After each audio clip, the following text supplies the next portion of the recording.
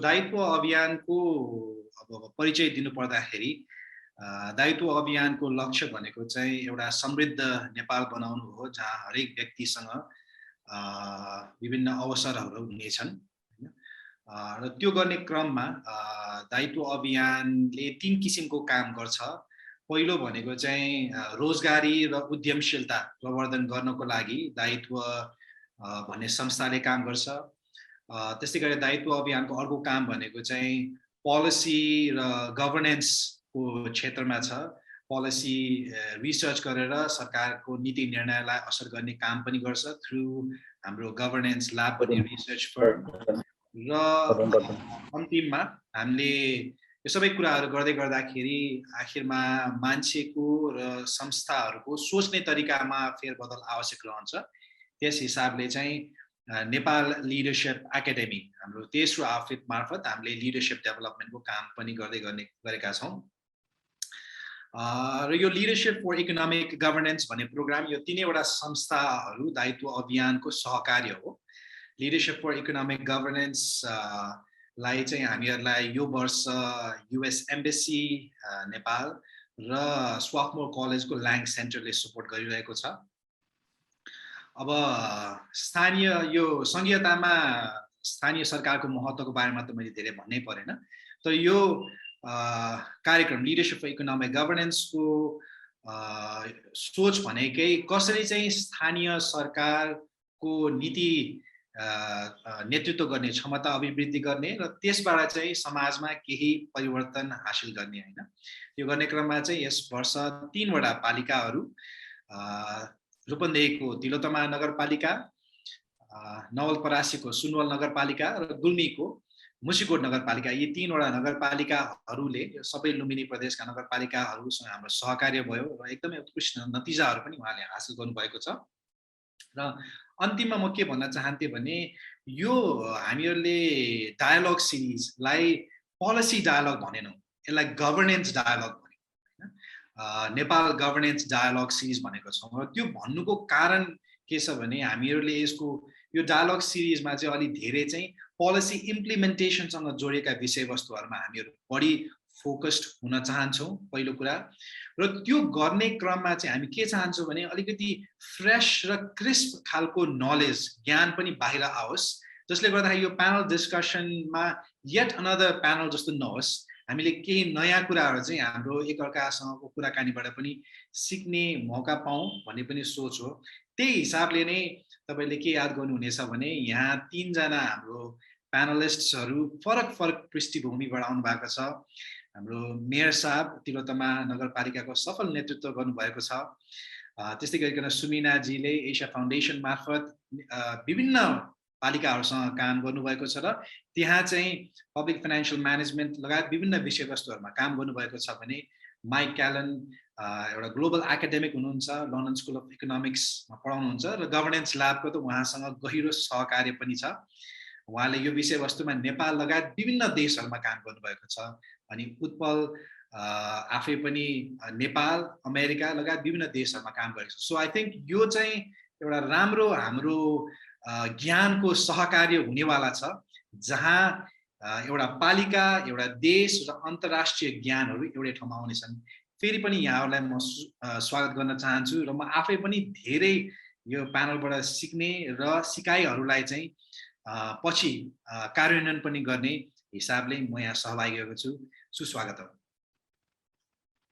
Thank you, धन्यवाद, धेरै धेरै धन्यवाद डाक्टर मल्ल। यति भन्दै म हाम्रा आजका सब मध्यस्थकर्ता उत्पल मिश्रज्यूलाई यो फ्लोर अब ह्यान्ड ओभर गर्नेछु। थ्याङ्क यू सर्लिना। नमस्कार सबैजनालाई, मेरो नाम उत्पल मिश्रा। म अहिले अमेरिका स्थित वासिङटन DC मा छु। अहिले बिहान 6:23 गएको छ र यहाँ म अहिले मध्यस्थकर्ताको भूमिकामा छु। मेरो ब्याकग्राउन्ड ब्रिफली दिँदाखेरि चाहिँ म एउटा सही सुशासन भन्छन् क्यारे नेपालीमा, गभर्नेन्समा को विद्यार्थी र त्यसमा काम गर्ने एकजना र त्यसमा मैले नेपालमा पनि केही काम गरेको छु र विदेशका विभिन्न देशहरूमा। मैले local governance, anti corruption, decentralisation जस्ता विषयवस्तुमा काम गरेको छु। मेरो विश्व ब्याङ्कमा मेरो 10 वर्षको अनुभव रह्यो र विभिन्न अरू अन्तर्राष्ट्रिय सङ्घ संस्थामा काम गर्दै अहिले म नेपाल यो इन्टरनेसनल रिपब्लिकन इन्स्टिट्युटमा चाहिँ नि वरिष्ठ सुशासन विज्ञको रूपमा कार्यरत छु। अब यहाँ कुरा गर्दाखेरि अहिले हाम्रो यो sessions exercising effective leadership for municipal economic growth अहिले एकदमै सही टाइम भएको छ त्यसको लागि। भर्खर हाम्रो स्थानीय तहको चुनाव सकिएको छ र अहिले नयाँ ग्रुप हैन न्यू कोहर्ट अफ इलेक्टेड लिडर्सहरूले आफ्नो म्यान्डल सम्हालिरहनु भएको छ, सम्हाल्ने प्रोसेसमा हुनुहुन्छ र त्यो बेलामा सायद यो डायलगले हामीले केही कुराहरू यसमा चाहिँ खोतल्न सक्छौँ होला, जसले गर्दाखेरि यो नयाँ हाम्रो नेतृत्वमा आउनुभएका हाम्रा लिडरसिप को पोजिसन लिएर बस्नेहरूलाई पनि केही सहयोग होस्, केही कुराहरू उहाँहरूलाई पनि जाओस् होइन, पहिलाको एक्सपिरियन्सबाट, पहिलाको अनुभवबाट भन्ने हाम्रो ध्येय रहेको छ। यो टकको दौरान म अङ्ग्रेजी र नेपाली दुईटैमा बोल्छु, त्यही भएर सुमिनाजी हाम्रो सरिनाजीले भन्नुभएको जस्तो सुरुमा यो इन्टरप्रिटेसन च्यानलको प्रयोग गर्नु होला है। र अहिले अब कुरा गर्दाखेरि हाम्रो के छ भन्दाखेरि we'll be examining scope and context of leadership at the local level. I think that is going to be our aim for today. We'll examine the challenges in exercising leadership among municipal representatives. We'll look at innovational approaches to mobilize collective actions, and we'll gather some lessons learned from different parts of the world. So we have 3 panelists. The first one is Basu Dev Ghimire, हाम्रो तिलोत्तमाको mayor. In the last 5 years, Tilottama has been awarded Best Municipality twice by the Municipal Association of Nepal. During his tenure, Tilottama Municipality was declared as a plastic bag free zone. The municipality is also running a campaign called My Pocket, My First Dustbin. So it has been a very successful term for Mr. Basu Dev Ghimire. So स्वागत छ mayor साहब, यहाँ आजको प्यानलमा आइदिनु भएकोमा धेरै धेरै धन्यवाद। र म अहिले तपाईलाई के पहिलो प्रश्न राख्ने छु पहिला अरु प्यानलिस्टको इन्ट्रोडक्सन गरिसकेपछि है। Our second panelist is Ms. Sumina Karki.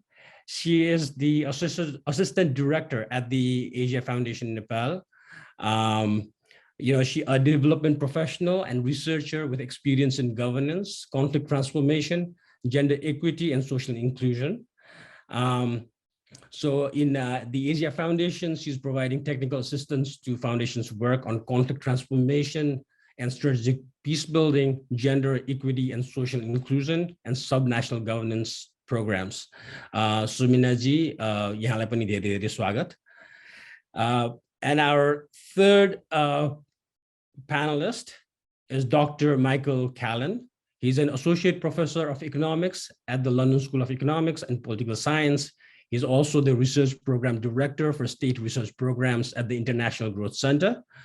His primary research interests are political economy, development economics, and experimental economics. His recent work uses experiments to identify ways to address accountability and service delivery failures in the public sector. He earned his PhD in economics at University of California, San Diego. He's widely published and has extensively researched and written on various aspects of governance in South Asia, including in Afghanistan, Pakistan, and Nepal. Welcome, Mike. It's great to be here. Thanks. Yeah, so let me begin. आजको प्रश्न चाहिँ म सुरुमा हाम्रो mayor साहब वासुदेव घिमिरे जीसँग सुरु गर्न चाहिरहेको छु. So मेयर साहब, यो सुरु गर्दाखेरि यहाँले अब यत्रो 5 वर्षसम्म एउटा स्थानीय तहको नेतृत्व को भूमिका गर्नुभयो हैन यो भूमिका निर्वाह गर्दाखेरि यहाँलाई यो नेतृत्व लाई इम्प्लिमेन्ट गर्ने हिसाबले सबभन्दा ठुलो चुनौती चाहिँ के रह्यो हैन र त्यो एउटा मात्र चुनौती हैन मेबी 3टा चुनौती भनौं न सबभन्दा ठुला चुनौतीहरू के रहे र त्यो चुनौतीलाई चाहिँ यहाँले कसरी चिर्नु भयो अथवा कसरी चाहिँ यहाँले एड्रेस गर्नुभयो त्यो बारेमा हामीलाई केही बोल्दिनुहुन्छ प्लिज। नमस्ते यहाँहरु सबैलाई। म बासुदेव घिमिरे पूर्व मेयर भएको छु। गएको 5 गतेबाट यहाँ नेपालको संविधानले निर्वाचन आयोगले हाम्रो कार्यकाल पूरा गरेर अहिले नयाँ निर्वाचनको प्रक्रियामै छौं। तिलोत्तमा नगरपालिकामा अहिले मतगणनाको प्रक्रियामा रहेको छ। एक खालको प्रतिस्पर्धा छ र आउने 2 दिनपछि अर्को 5 वर्षको लागि विधिवत नयाँ नेतृत्व चयन हुनेछ। सर्वप्रथम मलाई यो मिटिङमा आमन्त्रण गर्नुभएकोमा आयोजकलाई हार्दिक धन्यवाद व्यक्त गर्न चाहन्छु। जहाँसम्म हामीले संघीयता पछिको पहिलो सरकारको रूपमा नेतृत्व गर्ने अवसर पायौं तिलोत्तमा नगरपालिकामा। यो बीचमा सुरुवाती चरणमा केही अन्यलता केही चुनौती पनि थिए। त्यसका बावजुद हामीले एउटा हाम्रो नयाँ नगरपालिका हो यो चाहिँ पछिल्लो 2071 सालमा गठन गरिएको नगरपालिका हो। हाम्रो कुनै आफ्नो अफिस पनि थिएन र हामी आइरहँदा कुनै कानुन पनि हामीले कहाँबाट सुरु गर्ने भन्ने खालका नीति एवं नियमहरू पनि चाहिँ थिएनन्। त्यसको खालको चुनौती अन्यलता पनि चाहिँ रह्यो। त्यसको बावजुद पनि हामीले एउटा हिम्मतका साथ चाहिँ कामहरू अगाडि बढायौं र विकास चाहिँ निर्माण पूर्वाधार र सेवा प्रवाह दुवै विषयलाई सन्तुलित ढंगले अगाडि चाहिँ बढायौं। खासगरी जहाँसम्म हामीलाई परेका प्रमुख चुनौती चाहिँ सन्दर्भमा केही चाहिँ सुरुको समयमा कर्मचारी व्यवस्थापनको एक खालको चुनौती रह्यो कि सबै नगरपालिकाहरूमा सबै तल्लो तहहरूमा संघीय सरकारले एकैपटक कर्मचारी उपलब्ध गराउन सकेन र करिब चाहिँ 1-2 वर्ष हामीलाई केही समस्या भयो। पछि क्रमशः त्यो आन्तरिक कर्मचारी व्यवस्थापनको समस्या चाहिँ लाई हामी पूरा गर्न चाहिँ सक्यौं र अर्कोतिर अहिले एउटा प्राविधिक चाहिँ जनशक्तिको एउटा कमीको एउटा चाहिँ आवश्यकता हामीलाई चाहिँ खड्कियो। त्यसको लागि पनि हामीले चाहिँ केही आन्तरिक चाहिँ हाम्रो चाहिँ आफ्नो चाहिँ ऐन अनुसार र केही सङ्घ प्रदेशबाट त्यसको व्यवस्थापन गर्यौं र अन्ततगतमा सहज ढंगले हामीले आवश्यक जनशक्ति व्यवस्थापन चाहिँ गर्यौं। अर्कोतिर यहाँको चाहिँ प्राविधिक जनशक्तिको अलिकति चाहिँ पाएको चाहिँ केही चाहिँ नयाँपन चाहिँ भयो। पुरानो यो खालको चाहिँ नगरपालिकामा त समस्या रहने थिएन होला। स्वाभाविक ढंगले हाम्रो नयाँ नगरपालिका भएको हुनाले पनि यो दक्ष जनशक्ति त्यसमा पनि प्राविधिक तहको जनशक्तिको केही चाहिँ आवश्यकता खडिएको चाहिँ अवस्था थियो। त्यो अहिले पनि चाहिँ खड्किएको चाहिँ छ।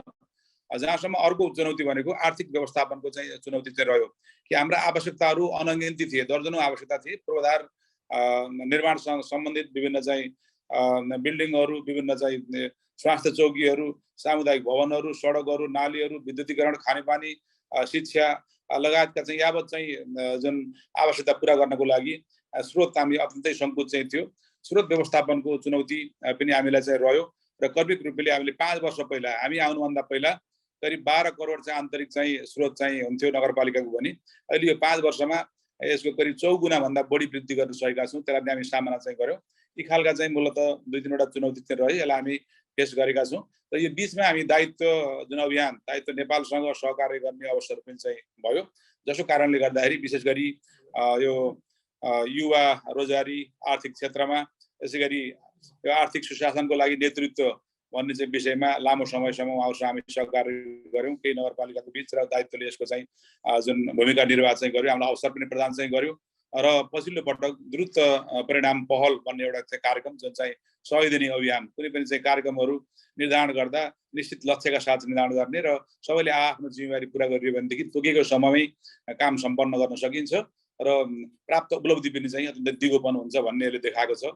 यी लगायतका चाहिँ कामहरूमा नगरपालिकाले विशेष दायित्व अभियानसँग चाहिँ सहकार्य लगायत अरू विभिन्न महत्त्वपूर्ण संस्थासँग सहकार्य गर्ने अवसर पनि चाहिँ प्राप्त गर्यो। जसको कारणले गर्दा अहिले तिलोत्तमा नगरपालिका नेपालको सन्दर्भमा उत्कृष्ट नगरपालिकाको रूपमा रूपान्तरण गर्न सफल भएका छौं।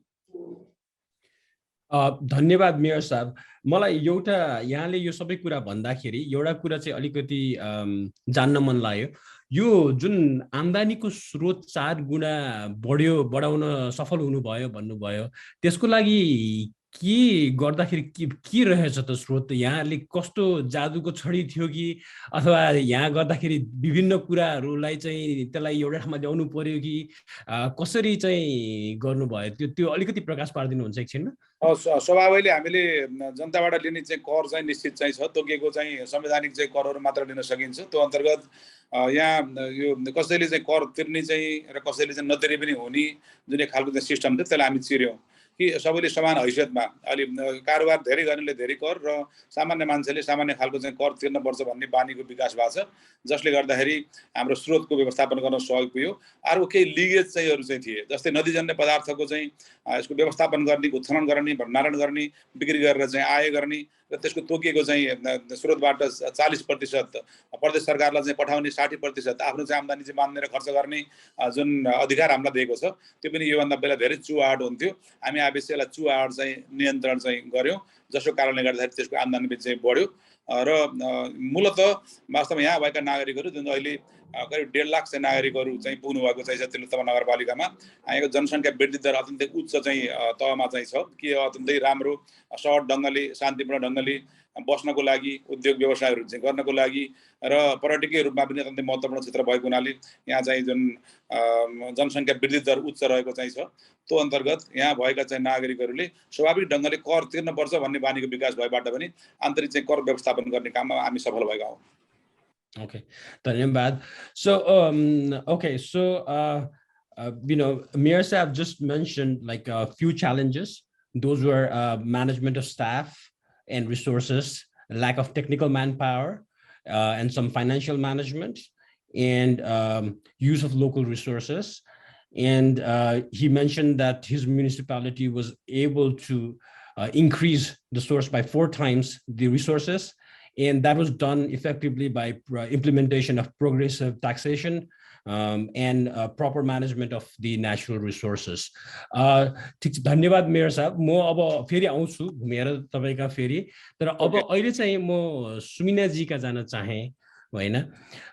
यहाँ मेयर साहबले त आफ्नो हिसाबले त्यो आफ्नो अनुभवको हिसाबले आफूले जे समस्याहरू चुनौतीहरू भोग्नु भयो त्यो राख्नु भयो हैन. एज अ डेभलपमेन्ट प्रोफेसनल जसले नेपालमा नेशनल लेभलमा काम गरिरहनु भएको छ, what do you consider to be the biggest roadblock in local level leadership in Nepal? Suminaji. Thank you, Utpalji. मैले चाहिँ भिडियो अफै राखेँ हैन, internet on and off like range strong छैन त्यसैले है. पहिला सुरु त अब वासुदेव सरले भने जस्तो धेरै चुनौतीका बावजुद पनि स्थानीय तहले धेरै उत्कृष्ट काम गर्न सफल हुनु भएको छ धेरै स्थानीय तहहरूले हैन. तर त्यो बावजुद पनि अब मेरै अब्जर्भेसनमा मैले यो काम जति गरेँ नि हैन स्थानीय तहसँग मिलेर, त्यस मेरो अब्जर्भेसनको बेसिसमा चाहिँ 3 प्रकारको चुनौती रोड ब्लक्स देख्छु म चाहिँ, विशेष गरी यो लोकल लेभल लिडरशिप डेभलपमेन्टको कन्टेक्स्टमा हैन. पहिलो चाहिँ यो लिडरशिप भनेकै के हो त, त्यो अवधारणा छ नि एउटा कन्सेप्ट अराउन्ड लिडरशिप, त्यो नै अलिकति आउटडेटेड कन्सेप्ट छ क्या हाम्रोमा चाहिँ. हामीले चाहिँ के सोच्छौँ भने लिडरशिप भनेको चाहिँ कुनै एउटा व्यक्ति विशेषमा केन्द्रित हुने कुरो सोच्छौँ. तर अहिले अब धेरै रिसर्चहरूले पनि के देखाउँदै गएको छ भने लिडरशिप भनेको त एउटा व्यक्तिमा केन्द्रित हुने कुरो रहेनछ, यो त एउटा प्रक्रिया रहेछ हैन, जसमा समुदायलाई विभिन्न समुदायलाई हामीले हुन्छ नि त्यसमा सहभागी गराएर एउटा कलेक्टिभ भिजनिङ प्लानिङ गर्न चाहिँ अगाडि सार्नु पर्ने रहेछ भन्ने एउटा अवधारणा, त्यसरी त्यो लिडरशिपको अवधारणा एक्सप्यान्ड हुँदैछ हैन. दोस्रो रोड ब्लक चुनौती चाहिँ मैले के देखेको छु भने त्यो चाहिँ इन्स्टिट्युसनल लेभलमै त्यो चुनौती देखेको छु, जुन संस्थागत रूपमा छ, जुन अर्गनाइजेसनल कल्चरमा छ हैन. त्यो भनेको चाहिँ कस्तो छ भने अब यो जुन औपचारिक सरकारी संयन्त्रहरू छ जसले चाहिँ नेतृत्व विकासमा काम गर्नुपर्छ, जसले चाहिँ जिम्मेवारी पाउनु भएको छ, त्यो संयन्त्र पनि अहिले ट्रान्जिसन फेजमै छ क्या. जस्तै अब एलडिटिए भनौँ हैन, उहाँहरू पनि अब कर्मचारीलाई मात्रै लिडरशिप डेभलपमेन्ट ट्रेनिङ्स दिने कि यता जनप्रतिनिधिलाई दिने हो हैन, त्यस्तो खालको स्पष्टता आएको छैन. र त्यो बाहेक चाहिँ एउटा यो अब यो पाठ्यक्रम एउटा कन्टेन्ट, पाठ्यक्रमकै कन्टेन्टमा पनि धेरै त्यो एउटा अब जस्तै न्यायिक समितिमाथि धेरै उ भयो होइन, ट्रेनिङ्सहरू भयो, लिडरसिप डेभलपमेन्ट ट्रेनिङ्सहरू भयो, तर अब त्यसमै पनि स्पष्टता देखिएन क्या। उदाहरणको लागि कसैले चाहिँ इजलास बनाउनु पर्छ भनेर भनियो होइन न्यायिक समितिलाई, कसैलाई होइन इजलास बनाउनु हुँदैन, तपाईँले त मेलमिलाप चाहिँ डेलिगेट गर्नुपर्छ अरूलाई भनेर भनियो होइन। सो त्यो एउटा कन्टेन्टमै पनि त्यो क्ल्यारिटी छैन। र सँगसँगै मैले के पनि देख्छु भने जुन ट्रेनिङ्स हुन्छ नि क्यापेसिटी इन्हान्समेन्टको लागि, लिडरसिप डेभलपमेन्टको लागि, त्यो ट्रेनिङ पनि एकदमै वान अफ हुने क्या। त्यो आवधिक रूपमा त्यसलाई सोचिएको छैन, प्लानिङ गरिएको छैन होइन, अलिकति अव्यवस्थित खालको छ होइन।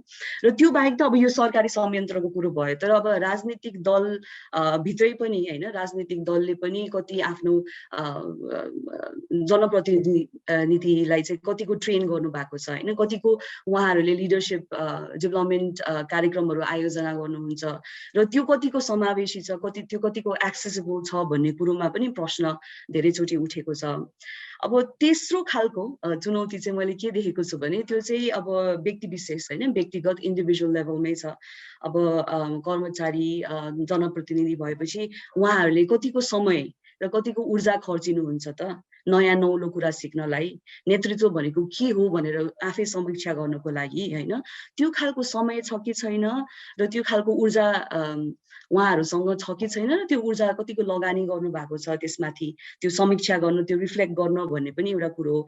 अब यही समयकै कुरा गर्दाखेरि फेरि हामीले अलिकति जेन्डर लेन्स युज गरेर विश्लेषण गऱ्यौँ भने त्यो समय धेरै महिला प्रतिनिधिहरूसँग छैन होला क्या, किनभने यो जेन्डर डिभिजन अफ रोलले गर्दाखेरि पनि नि महिलाले यता घर गृह पनि सम्हाल्नु पर्ने, यता हुन्छ नि आफ्नो जिम्मेवारी जनप्रतिनिधिको जिम्मेवारी पनि निभाउनु पर्ने होइन। सो यो 3टा लेभलको चुनौती चाहिँ मैले देखेको छु। हस्, thank you. Yeah thank you.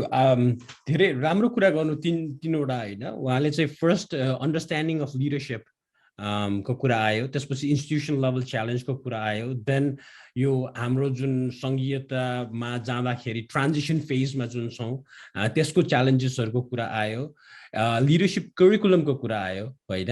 And then we're talking about leadership trainings not being institutionalized but being performed at an ad hoc level.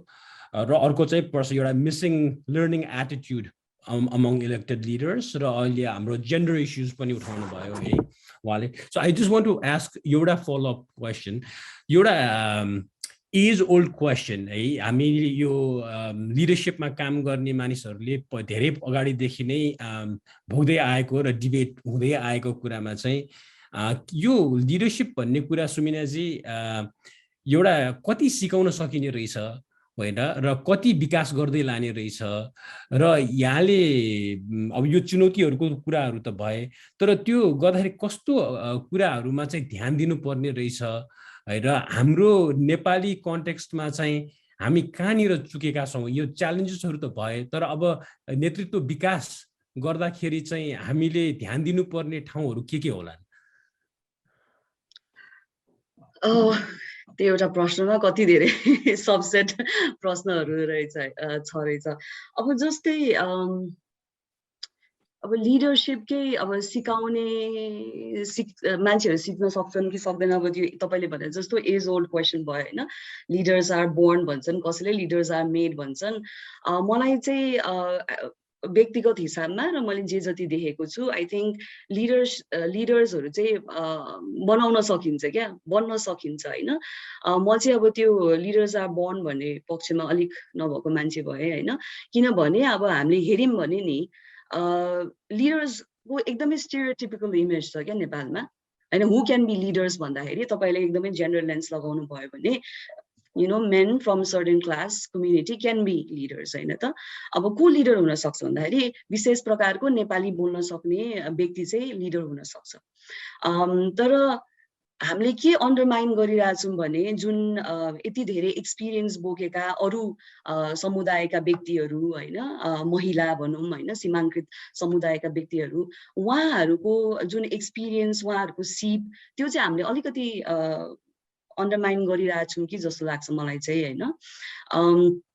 र किनभने नि अब हामीले यत्रो ट्रेनिङ्सहरू चलाइसकेका छौँ नि त क्यापेसिटी इन्हान्समेन्टको नाममा हैन लिडरशिप डेभलपमेन्टको नाममा तर त्यो बावजुद पनि नि किन महिलाहरू डिसिजन मेकिङ स्पेसेसमा छैनन् किन महिलाहरू भए पनि त्यो निर्णय गर्ने थलोमा त्यो गभर्नेन्स स्पेसमा चाहिँ किन उहाँहरूको एकदमै मिनिमल प्रेजेन्स छ त भन्दाखेरि चाहिँ यो क्यापेसिटीको कुरो भन्दा पनि अरु नै रहेछ क्या यो भनेको चाहिँ एउटा पहुँचको कुरो पनि रहेछ र पहुँच सँगसँगै चाहिँ अर्को के कुरो रहेछ भने उहाँहरूको जति पनि यो विचार अनुभवलाई चाहिँ हामीले एक्नोलेज नगरिरहेको अवस्था छ क्या अहिले त्यो परिपाटी छ अब इन्हान्स कसरी गर्न सकिन्छ भन्ने कुरो त फर्स्टमा आई थिंक कुरा सुन्नु पर्यो अरूको त्यो डाइभर्स ओपिनियन्स पनि उत्तिकै भ्यालिड हो भनेर आई थिंक त्यो प्रकारको एउटा माइन्डसेट एक्नोलेजमेन्ट हुनुपर्छ जस्तो लाग्छ त्यो बाहेक चाहिँ अब इन जनरल कुरा गर्ने हो भने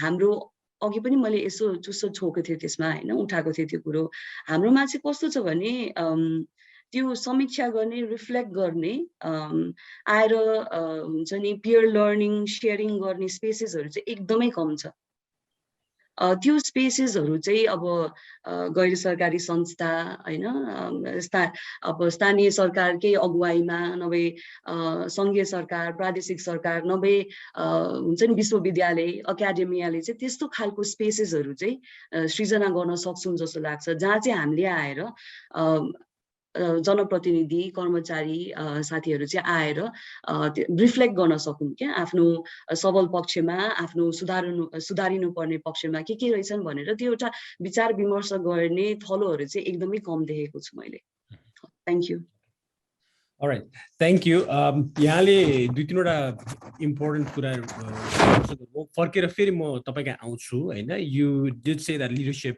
can be developed अनि there's one you highlighted that that women were not in a lot of leadership positions especially in Nepal अनि यो एउटा attitude कै कुरा गर्नु भयो फेरि you listening to diverse views त्यो भएन भन्ने कुरा भयो र अर्को चाहिँ एउटा समीक्षा गर्ने peer learn गर्ने भन्ने there's no space in Nepal and maybe we can come back to it. I want to Mike. Now after hearing some of the challenges which you may you must be already aware of because you've been working on Nepal so closely, I just wanted some from you what I wanted is like I do believe that the challenges that we've just heard from Mr. Mayor and Sumina ji is not inherent to Nepal alone. Because I believe that it is very similar challenges are faced all around the world in mostly developing countries. So in your if you could talk about the commonalities that you've seen in successful functioning of local governments in different parts of the world, what are the key ingredients to success? So could you please draw some light on those? Thank you. Sure. So first, it's great to speak to everyone. Thanks for inviting me to speak. Also, I should just say that a lot of the insights I will share reflect sort of joint research that I do with Rohini Pandey, who's a professor at Yale, and our team in Nepal, Meta Joshi, Dhruva Bandari, as well as a collaboration with NASC, the Municipal Association, and the Rural Municipality Association. So there's a lot of different voices that I'm representing here, not just my own. So I think one really important thing that kind of stands out to me in Nepal is sort of how well the new constitution fits with sort of the political reality of the country. And I think it's really important to keep this in perspective. Certainly in a lot of places I worked, in particular in Afghanistan before the fall of the government last summer, sort of the allocation of political power was kind of grossly misaligned with who actually held de facto power in the country. As many of you likely know, it was sort of much more centralized and had much less broad-based support among voters and much less sort of legitimacy in the eyes of citizens as a result. So I think one, it's a very deep and important kind of predictor of whether sort of a set of political institutions are likely to succeed is whether they really map to the underlying political realities and if they're built on a solid foundation. And I think actually my experience in Nepal so far, you know, I mean, clearly there are problems as things are being highlighted, but it seems to me those are problems that exist sort of at the periphery or at the margin, and the core is very sound. For example, I think it's very hard for us to imagine Nepal returning to a scenario of civil war. People don't seem to have that degree of dissatisfaction with the institution. So that's just kind of to put things broadly. I also think it's, you know, related to this, it's achieved some very remarkable successes. So certainly, at least in terms of numerical representation, women have much higher degree, at least after 2017, than they did in any kind of prior version of democracy in Nepal. So that's a real achievement. Also, you know, one bit of research we've done is just simply to look and see which social groups are represented, which caste groups and which ethnicities. And, you know, with some small exception, people are basically represented in politics in proportion to their share in the population. So again, in this numerical sense, there does seem to be a lot of representation coming through those institutions, and those are all, I think, very important predictors of whether local governments can do their job. So I think those are sort of commonalities that or at least predictors of places that will succeed and will fail. And so I think in some sense, at least in terms of these very kind of fundamental diagnostics, the situation looks good. Yeah, so I'm happy to, yeah, that's sort of my initial reaction. Yeah, so that's great, Mike. I'm and also, like, you know, for a successful functioning of the local governments, you know, I think those are great points. But how much do you think a leadership play a role, and how can that be changed or like enhanced if needed? Or like can you know, leadership, when you talk about leadership, can that also be you know, a reason for failure? So I guess let me tell you what I can say sort of based on data, and then I'll maybe say a few things that are slightly more speculative. So one thing we see very clearly in the data we have so far, so the metrics of performance we've looked at for local governments, we look systematically, so across all local governments, using data from all local governments. And the things that we've been focused on so far are initially, sort of at least in the first few years after the 2017 election, the earthquake reconstruction program that was administered by the National Reconstruction Authority. And then after that, we've been looking at sort of the development of capabilities to deploy infrastructure. So those are sort of the two metrics of performance we focused on a lot. We also have done some work on COVID response. And so our data basically either is coming from the NRA, providing evidence of how quickly people are getting grants to rebuild from the 2015 earthquake, or they're coming from surveys we've conducted comprehensively now in 4 different rounds with all the mayors, deputy mayors, and CAOs across Nepal. I'll also say a few things based on international experience. So one very solid predictor, perhaps unsurprisingly, and actually I think that we can say is causally related, is having sort of higher capacity politicians in the first place. So those who have higher education relative to those who have less education are able to get sort of these grants out more quickly than otherwise. And so I think to the extent that that's a correlative leadership, I take that as a pretty clear sign that it matters. In terms of kind of preparing the ground to start to build infrastructure that's overseen and implemented by the local governments, one things we've looked at pretty carefully is whether or not sort of the basic sort of prerequisites to starting that process are in place. So are there procurement committees, are there planning committees, and so on. We do see that sort of establishing and developing these committees that are kind of the first step towards kind of getting infrastructure out and built do predict places that are using more of the resources that they have, whether they're raising it locally or coming from other governments.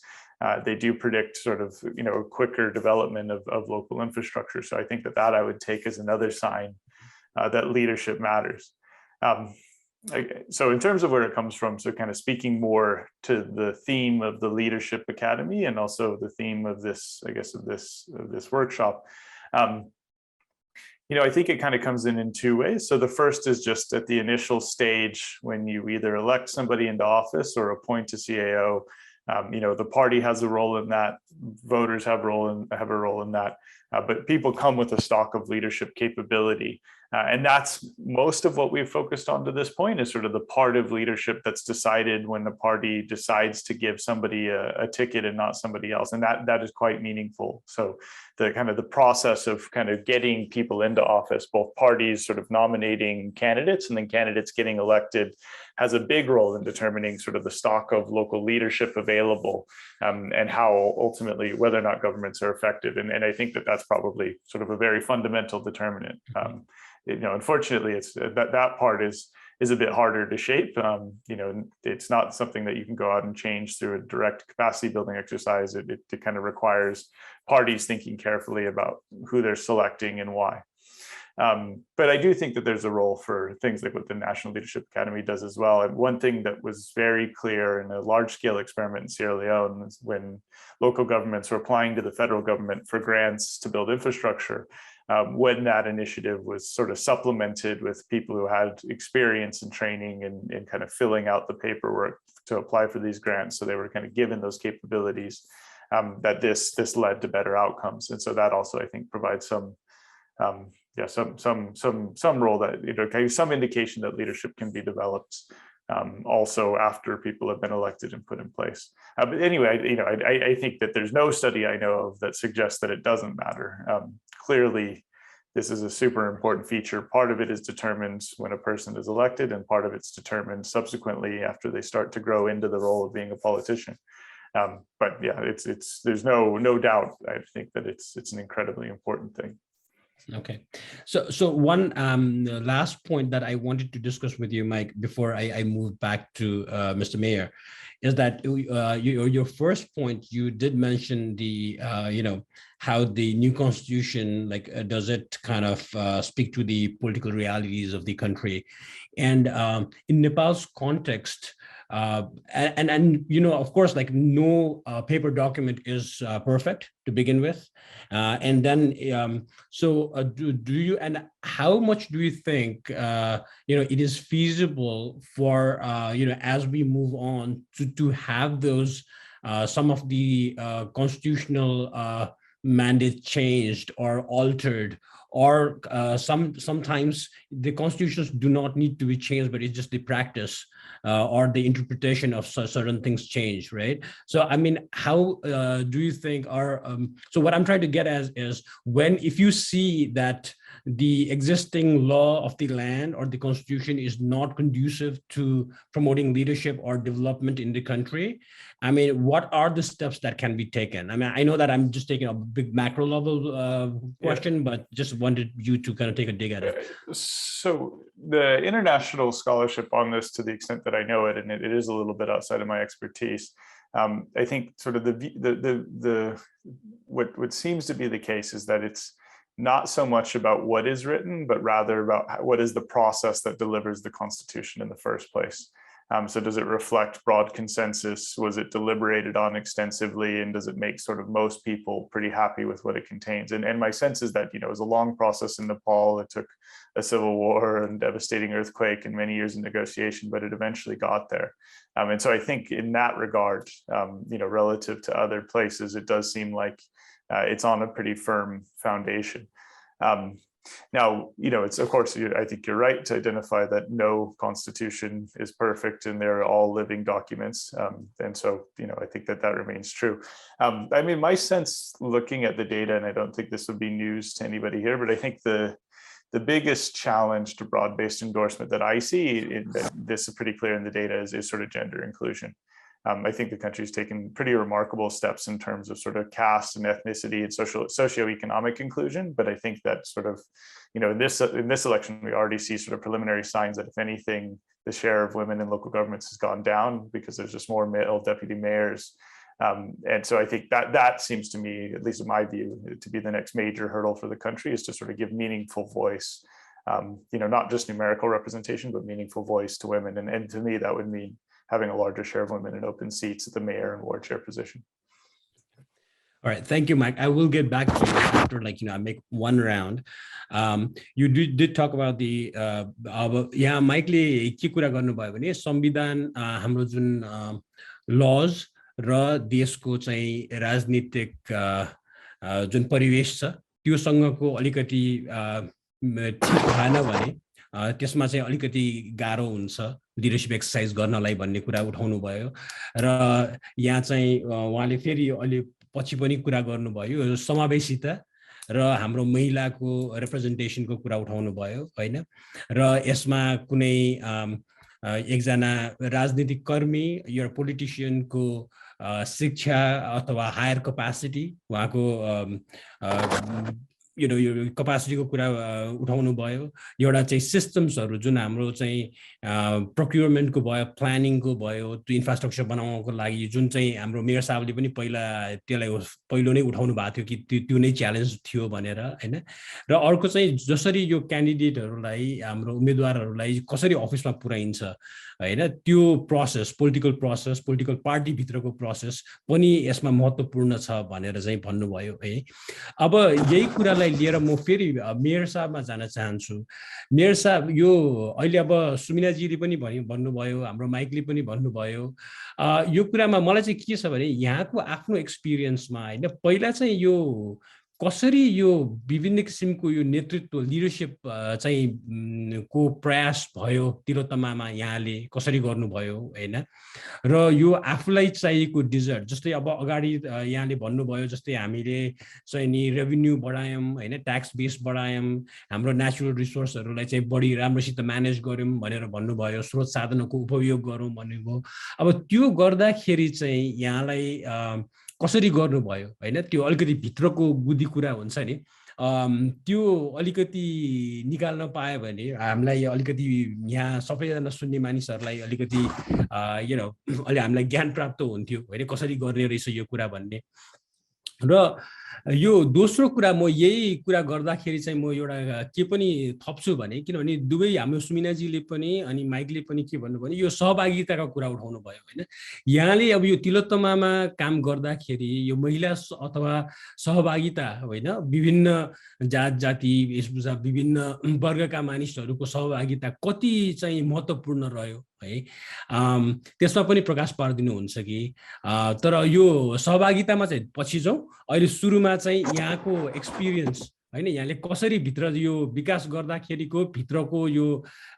नेतृत्व कसरी परिचालन गर्नुभयो र त्यसबाट चाहिँ कसरी चाहिँ त्यसलाई चाहिँ एउटा सक्सेस स्टोरी बनाउन चाहिँ सफल हुनुभयो सर्वप्रथम त अपेक्षाकृत विकास र परिवर्तनको लागि नेतृत्व ठिक हुनुपर्छ भन्ने कुरा आत्मसात चाहिँ गरिएको छ यो आत्मबोध हामीलाई पहिला पनि थियो र पछि हामीले जुन विभिन्न विषय दायित्वसँग चाहिँ जुन सहकार्य गर्यौं र म मात्र होइन कि यहाँ भएका नगरपालिकाका कर्मचारीहरू र जनप्रतिनिधिहरूको बीच पनि जुन सहकार्य अवसर चाहिँ गर्ने अवसर चाहिँ मिल्यो त्योबाट पनि हामीलाई चाहिँ केही सहयोग चाहिँ मिलेको छ खासरी यसमा आफै ठिक नभएपछि अरूले ठिक गर्दैनन् भन्ने कुरा मबाट प्रमाणित भएको छ त मैले सिकेको चाहिँ छु म सुरुदेखि जुन नागरिकको अगाडि एउटा प्रण गरेको थिएँ प्रतिबद्धता गरेको थिएँ कि मैले अन्यथा गर्दिनँ मैले ठिक गर्छु म लिडरशिप ठिक गर्छु र अरूलाई पनि चाहिँ मैले राम्रो चाहिँ गर्दै जाँदा पनि अरूले राम्रो गरेनन् भनेदेखि मैले उहाँहरूको चाहिँ अगाडि मैले चाहिँ चोरोलाई उठाउँछु र त्यो नियन्त्रण गर्छु भनेर जुन कबुल गरेको थिएँ त्यो अहिले चाहिँ साबित चाहिँ भएको छ यो मलाई त्यो अर्थमा विशेष गरी नेतृत्व आफैमा ठिक चाहिँ भएन भनेदेखि परिवर्तन सम्भव छैन विकास चाहिँ सम्भव छैन भन्ने कुरा मैले यो 5 वर्षमा राम्ररी चाहिँ सिकेको चाहिँ छु कि एउटा नगरपालिकाको मेयर आफै ठिक भएन आफै सुशासन कायम गरेन आफै भ्रष्ट चरित्रको चाहिँ भयो र आफै कर्मचारीसँग मिलोमितो गरेर तलमाथि गर्न थाल्यो भनेदेखि उले तल्लो अरु चाहिँ उपमेयर अथवा अरु चाहिँ त्यहाँ कार्यपालिकाका सदस्य नगरसभाका सदस्यलाई पनि हात उठाउन सक्दैन र त्यहाँ भएका त्यहाँको परम्परासँग अधिकृत लगायतका अरु कर्मचारीहरूलाई पनि उले चाहिँ यो नगर्नुस् अथवा नियन्त्रण गर्न पर्छ भनेर भन्न सक्दैन त्यो भएको हुनाले नेतृत्व चाहिँ ठिक हुनुपर्छ नेतृत्वले सुशासन प्रति अत्यन्तै गम्भीर हुनुपर्छ जिम्मेवार हुनुपर्छ भन्ने कुरा मैले सिकेको छु र मेरो टिमलाई पनि सिकाएको चाहिँ छु त्यो अन्तर्गत तिलोत्तमा नगरपालिकामा हामीले अहिलेसम्म जति उपलब्धि प्राप्त गरेका छौं त्यसको समग्रतामा पनि यो विषय चाहिँ प्रमुख यसले काम गर्यो भन्ने कुरा हो किन आम नागरिकहरूलाई एउटा विश्वास के दिलाएका छौं हामीले पनि मैले दिलाएको छु भने कि नगर प्रमुख ठिक छ अरे दायाँ बायाँ चाहिँ गर्दैन त्यसले कुनै लोभ चाहिँ लालच चाहिँ गर्दैन, यो कर्मचारीसँग चाहिँ मिल्दैन र टिमवर्कमा यसले चाहिँ काम गर्छ भन्ने कुरा जबरदस्त एउटा चाहिँ विश्वास चाहिँ दिलाएको चाहिँ छु। र दोस्रो प्रश्न यहाँहरूको चाहिँ जहाँसम्म छ जुन जनसहभागिताको चाहिँ प्रश्न चाहिँ हो, तपाईँले गरेका नीति निर्माण चाहिँ तहमा तपाईँले गरेका योजनाहरूमा कसरी त्यहाँ समावेशी खालको चाहिँ वातावरण कसरी चाहिँ बन्यो, जनसहभागिता कसरी निर्माण चाहिँ गर्नुभयो र त्यो सम्भव भयो भन्नेको चाहिँ सवाल छ। वास्तवमा यसमा पहिलो कुरो त जुन सामाजिक समावेशिताको सन्दर्भ चाहिँ छ, जुन संविधानमै व्यवस्था गर्यो 33% जुन चाहिँ ग्यारेन्टी चाहिँ गरेको छ र नगरपालिकाको त्यहाँ प्रतिनिधित्व पनि एउटा प्रमुख पदमा चाहिँ मेयर अथवा चाहिँ अर्को पदमा चाहिँ उपमेयर हुनुपर्ने जुन एउटा बाध्यकारी अवस्था बनाएको छ र प्रत्येक चाहिँ वार्डमा पनि एकजना जुन दलित चाहिँ महिला र अर्को एकजना चाहिँ महिला जुन चाहिँ राख्ने व्यवस्था गराएको छ, त्यसलाई पनि सम्मानजनक उपस्थित चाहिँ उहाँहरूको भएको छ। जहाँ समग्रतामा के छ भन्दाखेरि मैले यहाँहरूलाई अनुरोध चाहिँ गरौँ यो महत्त्वपूर्ण चाहिँ डिस्कसनमा कि हाम्रो तिलोत्तमा नगरपालिकामा त्यो समस्या रहेन, तर कतिपय पालिकामा मैले हेरेको छु कि मैले अध्ययन गरेर बुझेर छिमेकी केही पालिकाहरू जिल्ला रूपन्देही अन्तर्गत हाम्रो पर्छ, रूपन्देहीका कतिपय चाहिँ छिमेकी पालिका जुन बोर्डरसँग नजिकै हुनुहुन्छ उहाँहरू अहिले पनि जुन लैङ्गिक समानताको आधारमा र महिलाको सहभागिताको चाहिँ सन्दर्भमा निर्वाचन चाहिँ भयो, उहाँहरू चाहिँ उत्कृष्ट खालको चाहिँ सहभागिता चाहिँ छ सङ्ख्यात्मक रूपले, तर त्यसलाई गुणात्मक रूपमा जुन 5 वर्ष पनि खासै चाहिँ त्यसलाई अपेक्षाकृत चाहिँ परिवर्तन ल्याउन सकेन। अहिले जबकि कतिपय ठाउँमा छुट्टै एउटा चाहिँ हेल्पर चाहिँ चाहिने उहाँहरूलाई शिक्षाको हिसाबले उहाँ चाहिँ कमजोर हुनुहुन्छ, सामान्य लेखपढ गर्न पनि जानुहुन्न कि दललाई अनिवार्य रूपमा जुन महिला सहभागिताको चाहिँ व्यवस्था गर्यो संविधानले, उहाँहरूले टिकट दिनुभयो, उहाँहरूले चाहिँ जित्नुभयो, तर काम गर्ने दौरानमा उहाँको चाहिँ भूमिका अत्यन्तै चाहिँ कमजोर देखिएको छ। यसलाई कर्मिक रूपमा उहाँहरूलाई चाहिँ प्रशिक्षित चाहिँ गर्ने र अगाडि बढ्न जरुरी जस्तो चाहिँ लाग्छ। जहाँसम्म आम नागरिकहरूको विकासमा सहभागिताको चाहिँ कुरा चाहिँ छ कि हामीले यहाँहरूलाई मैले एउटा चाहिँ अनुरोध चाहिँ गरौँ कि एउटा चाहिँ इभेन्टमा एउटा कार्यक्रम जुन चाहिँ हामीले 6 महिनासम्म चाहिँ सञ्चालन गरेका थियौँ, 1 लाख चाहिँ नागरिकलाई भोलिन्टरी सर्भिसको लागि आह्वान चाहिँ गर्यो। उहाँहरूले प्रत्येक चाहिँ दिन 8 घण्टा ड्युटी आवर चाहिँ हामीले गणना गऱ्यौँ भनेदेखि हामीसँग नगरपालिका रेकर्ड चाहिँ छ, जुन चाहिँ अहिले अघि यहाँहरूले जुन प्लास्टिक चाहिँ फ्री जोन भनेर जुन खुला पोलिथिन मुक्त भनेर चाहिँ घोषणा गरेका चाहिँ छौँ र पूर्ण सरसफाइ उन्मुख नेपालको एउटा मात्र नगरपालिका तिलोत्तमालाई घोषणा गर्न सफल भएका छौँ। त्यो कार्यक्रममा 1 लाख चाहिँ नागरिकले उहाँहरूले चाहिँ भोलिन्टरी चाहिँ काम गर्नुभएको छ, जसलाई हामीले चाहिँ 8 घण्टा ड्युटी आवरले गुणा गर्दा मैले त्यो निकालेको चाहिँ छु। यो अत्यन्त राम्रो पक्ष हो। यो हुँदा यहाँका चाहिँ जनप्रतिनिधिहरू ठिक गर्छन्, यहाँका चाहिँ उनी अन्तर्गतका कर्मचारी ठिक छन् भन्ने एउटा विश्वास दिलाइसकेपछि नागरिकले विश्वास गर्दा रहेछन् र रकम अथवा बजेट खर्च नगर्दा पनि ठुला चाहिँ महत्त्वपूर्ण कामहरू सम्पादन गर्न सकिन्छ भन्ने कुरा प्रमाणित चाहिँ भएको छ। ओके, धन्यवाद। यो अहिले कुरा गर्दाखेरि म एउटा सानो कुरा यो समावेशिताको कुरा गर्नुभयो होइन। अब फेरि यहाँले के भन्नुभयो भने तिलोत्तमामा त त्यो प्रब्लम भएन भन्नुभयो होइन। जस्तै हाम्रो महिला जो इलेक्सन जितेर आउनु भएको छ होइन, सो उहाँहरूको चाहिँ कपासिटीको कुरा गर्दाखेरि यहाँलाई चाहिँ तिलोत्तमाको एक्सपिरियन्समा अनुभवमा चाहिँ कस्तो लाग्यो यो महिला सहभागिता भएर होइन, जुन हाम्रो संविधानमै दिएको छ भन्नुभयो, यो जुन होइन एकजना स्वासी मान्छे हुनै पर्ने, अर्को चाहिँ नि एउटा दलित समूहबाट महिला हुनै पर्ने होइन, त्यसले गर्दाखेरि उहाँहरूको यो सरकारमा भएर होइन उहाँको त्यस कारणले गर्दाखेरि तिलोत्तमामा यहाँलाई काम गर्दाखेरि अथवा सबै अरू तबकाका मानिसहरूलाई ल्याउनको लागि अरू बढी महिला सहभागिता हुनको लागि केही फाइदा पुग्यो कि पुगेन, यहाँको अनुभवमा कस्तो रह्यो तिलोत्तमाकै कुरा गर्दा?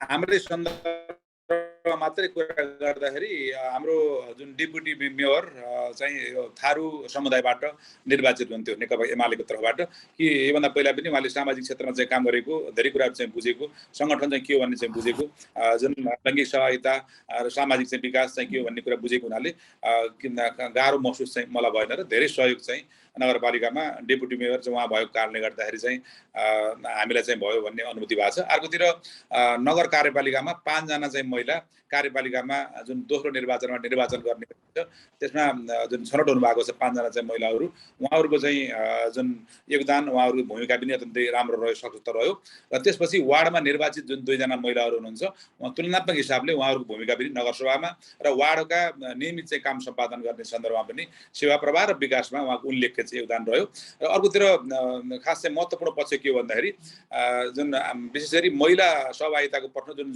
जबरजस्त चाहिँ उठाइएर उहाँहरूको सहभागिता चाहिँ गराएको छ त्यसले यहाँ भएका करिब चाहिँ आधा भन्दा बढी चाहिँ महिला संख्या नगरपालिका पनि चाहिँ हुनुहुन्छ जनसंख्याको टोटल भागको आधा भन्दा बढी उहाँहरूलाई आफ्नो एउटा चाहिँ पहिचान हाम्रो पनि प्रतिनिधित्व छ भन्ने जुन एउटा चाहिँ वातावरण चाहिँ बन्यो जसले गर्दा धेरै यस्ता चाहिँ सामाजिक कामहरूमा महिलाको सहभागिता उल्लेख्य चाहिँ बन्यो विभिन्न आमा समूहहरू टोल विकास संस्थाहरू अझै राम्रो पक्ष त के भन्दाखेरि तिलोत्तमा नगरपालिकाका करिब चाहिँ 190 वटा टोल विकास संस्था छन् हामीसँग 17 वटा वार्ड छन् र वार्ड अन्तर्गतका प्रत्येक टोललाई हामी टोल विकास संस्थाको रूपमा विभक्त गरेका छौं कि हामीले एकैपटक सबै कामहरू तलसम्म पुर्याउन सक्दैनौँ भन्ने हिसाबले हामीसँग नगरपालिका चाहिँ छ त्यो अन्तर्गत इकाइ चाहिँ वार्ड कार्यालय चाहिँ छ र वार्ड अन्तर्गतका सब प्रत्येक टोलका टोल विकास संस्था छन् टोल विकास संस्थामा उल्लेख्य महिला सहभागिता चाहिँ छ र उहाँहरूको चाहिँ सहभागितामा उहाँहरूको क्रियाशीलतामा विभिन्न चाहिँ नगर सरसफाइहरू वृक्षारोपणहरू हरियाली प्रवर्धनहरू यस्ता चाहिँ पूर्ण सरसफाइ उन्मुख बनाउने अभियानहरू लैङ्गिक चाहिँ मैत्री नगरपालिका निर्माण गर्ने अभियानहरू बाल मैत्री नगरपालिका निर्माण गर्ने विभिन्न अभियानहरूमा विशेष गरी महिलाको उल्लेख्य सहभागिता भनेको छ कि उहाँहरूको चाहिँ हाम्रो पहिचान अब चाहिँ स्थापित चाहिँ भयो भन्ने हिसाबले उहाँहरू एक खालको खुसी हुने वातावरण मिलेर धेरैभन्दा धेरै कामहरू सम्पादन गर्ने काम यो समानता महिला लैङ्गिक सहभागिताबाट मिलेको छ। Okay, धन्यवाद Vasudevji. Just to go over Mr. Mayor just mentioned, he talked about the integrity factor of leadership and how important that was to exercise it. He also touched upon the constitutional mandate to have mandatory women members into some of the positions at the local level, including women from the marginalized community. And so he talked about his experience with the women representation in his local government, and said that those were extremely helpful in kind of ensuring that more women participated in the process, especially when, with the campaign of No Plastic Zone, there were more than 100,000 people that were involved in cleaning his municipalities. So overall, what he mentioned is the experience of women participation has been very positive in Tilottama, and he feels that it has been institutionalized in his municipality, and then he thinks that it's going to go on, in a positive manner. So from this point, Sumina-ji, I think I want to move to Sumina-ji. So you अब mayor साहबको कुरा पनि सुनियो हैन, यहाँको पनि कुरा सुनियो, gender ग्लेन्सको पनि भयो हैन.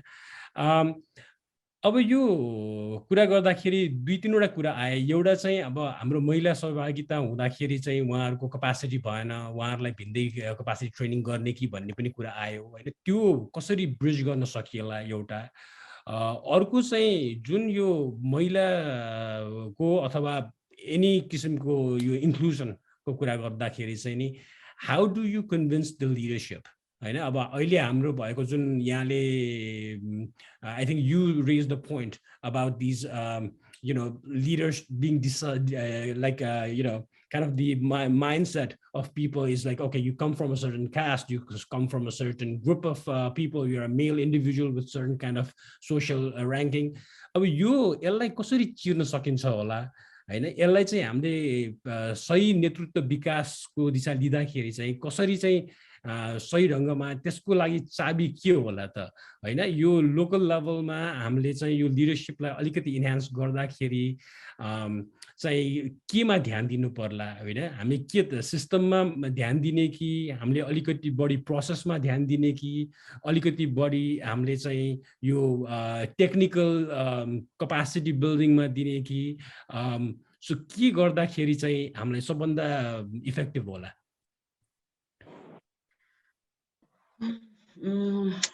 अलिकति त्यो प्रश्नमा जानु अगाडि यो जुन समावेशिताको कुरा आयो नि, हामीले चाहिँ त्यो डेटालाई राम्ररी केलायौँ भने नि अब कसरी केलाउने, कुन लेन्सबाट केलाउने भन्ने कुरो पनि होला यहाँ हैन।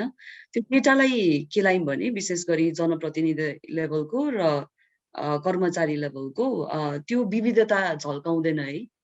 किनभने हो जनप्रति लेभलमा 2017 को इलेक्सनले 41% महिलालाई लोकल गभर्नमेन्ट लेभलमा ल्यायो, तर त्यो 41% पनि केलाउनु पर्यो क्या, किनभने यत्रो धेरै विविध जात जाति भएको देश, भाषी बोल्ने देश हो नि त नेपाल त।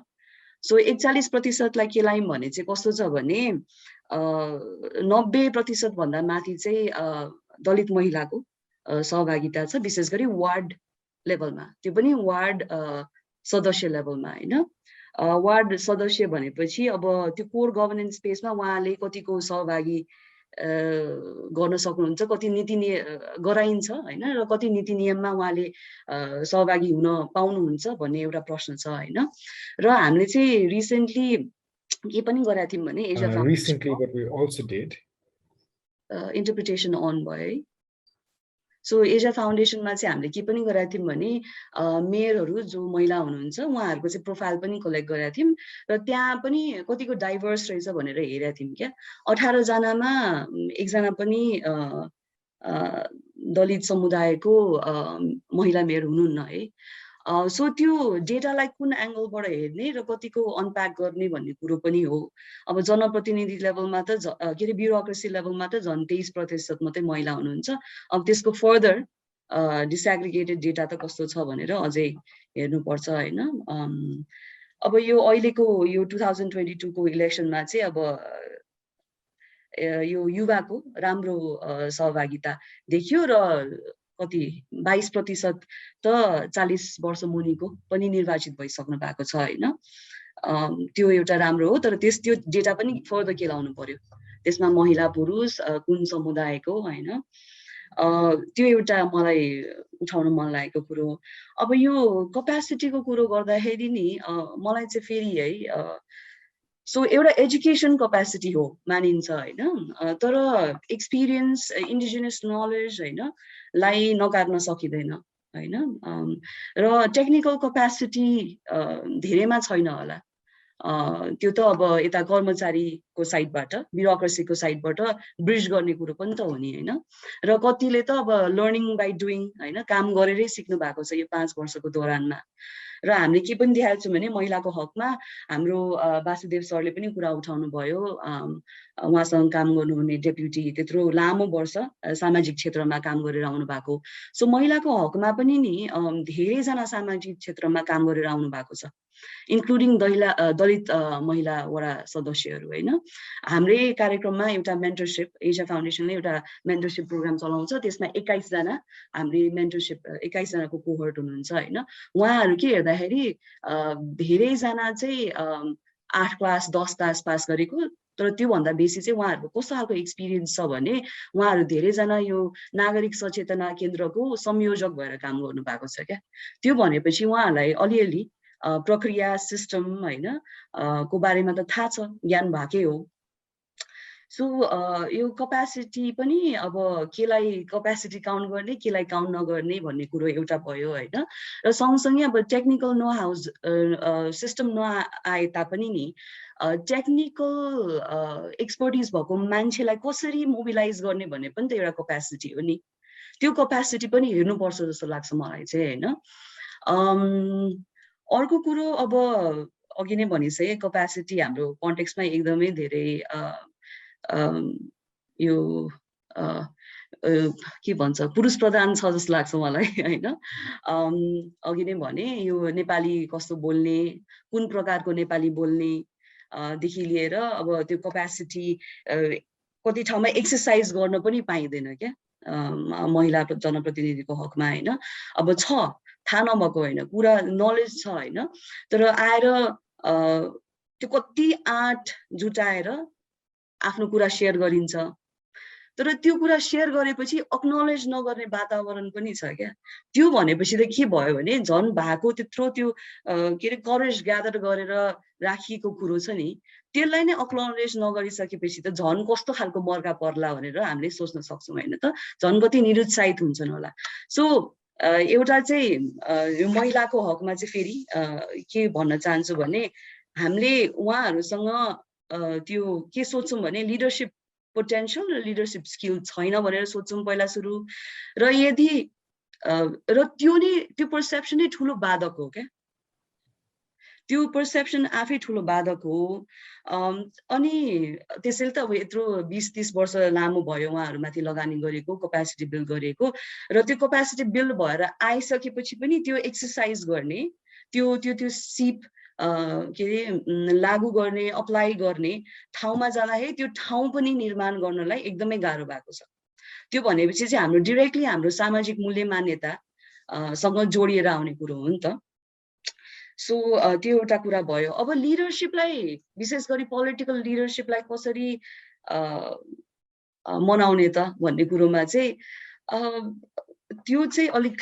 गाह्रै प्रश्न होला तर के गर्न सकिन्छ जस्तो लाग्छ भने नि मलाई विशेष गरी स्थानीय तहको कुरो गर्दाखेरि चाहिँ हामीले यो एसिया फाउन्डेसनमा एउटा भर्खरै एउटा रिसर्च पनि गरेका थियौँ हैन beyond capacity looking into gendered election process networks at local level भनेर त्यो तपाईहरुलाई पनि शेयर गर्छौं चाँडै हैन त्यसमा चाहिँ के देखाएको छ भने यो स्थानीय तह के रे स्थानीय तहको उम्मेदवार छनौट गर्ने क्रममा विभिन्न राजनीतिक दलको समितिहरू हुन्छन् हैन त वडा लेभलको नगर लेभलको त्यो सिलेक्सन कमिटीले उम्मेदवारहरू छानेर पठाउने हो हैन त्यो उम्मेदवार छान्ने त्यो सिलेक्सन कमिटी नै एकदमै कस्तो छ भने एक्सक्लुसिभ छ क्या एउटा अर्को रिसर्चले के देखाएको छ भने जम्मा 8% चाहिँ महिला छन् त्यस्तो खालको कमिटीमा त्यस्तो खालको कमिटी अलिकति डाइभर्स समावेशी बनाउन थालियो भने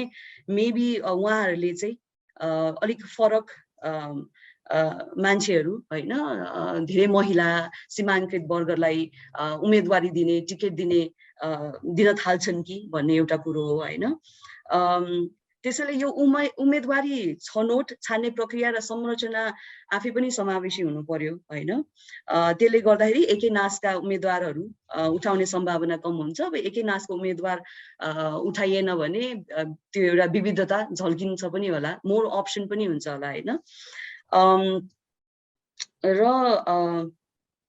हो अब यो दुईटा कुरा चाहिँ मैले यही टुङ्गाए एकदमै लामो पनि भयो हस् थ्याङ्क यू त्यही त अलि यो समयको पाबन्दी नभएको भए अझै म यसमा अझ खोतल्ने कोसिस गर्थेँ हैन सो आई थिङ्क किनभने हामीले हाम्रा अडियन्सलाई पनि प्रश्न सोध्ने एउटा मौका दिन्छौँ त्यही भएर धन्यवाद यो यसले गर्दाखेरि मैले खालि एउटा विचार मात्रै राखेको मेरो आफ्नै हैन यहाँको कुरा सुन्दाखेरि सुमिनाजी मेयर साहबको कुरा सुनिसकेपछि चाहिँ र मैले पनि नेपालको विभिन्न ठाउँमा यो विकेन्द्रीकरणको काम गर्दाखेरि जाँदाखेरि धेरै जसो हाम्रो महिला रिप्रेजेन्टेटिभ्सहरुबाट चाहिँ के आएको थियो भने हामीलाई काम गर्न दिँदैनन् गाह्रो बनाउँछन् इम्पोर्टेन्ट मिटिङहरु राति 9 बजे लगेर राखिदिन्छन् घरमा आउनु पर्ने बेलामा हैन अनि पछि आउँदाखेरि चाहिँ किन नआएको हैन तपाई त आउनु भएन मिटिङमा त्यही भएर हामीले त डिसिजन गरिसक्यौं भनेर चाहिँ डिसिजन गर्ने आदि इत्यादि काम पनि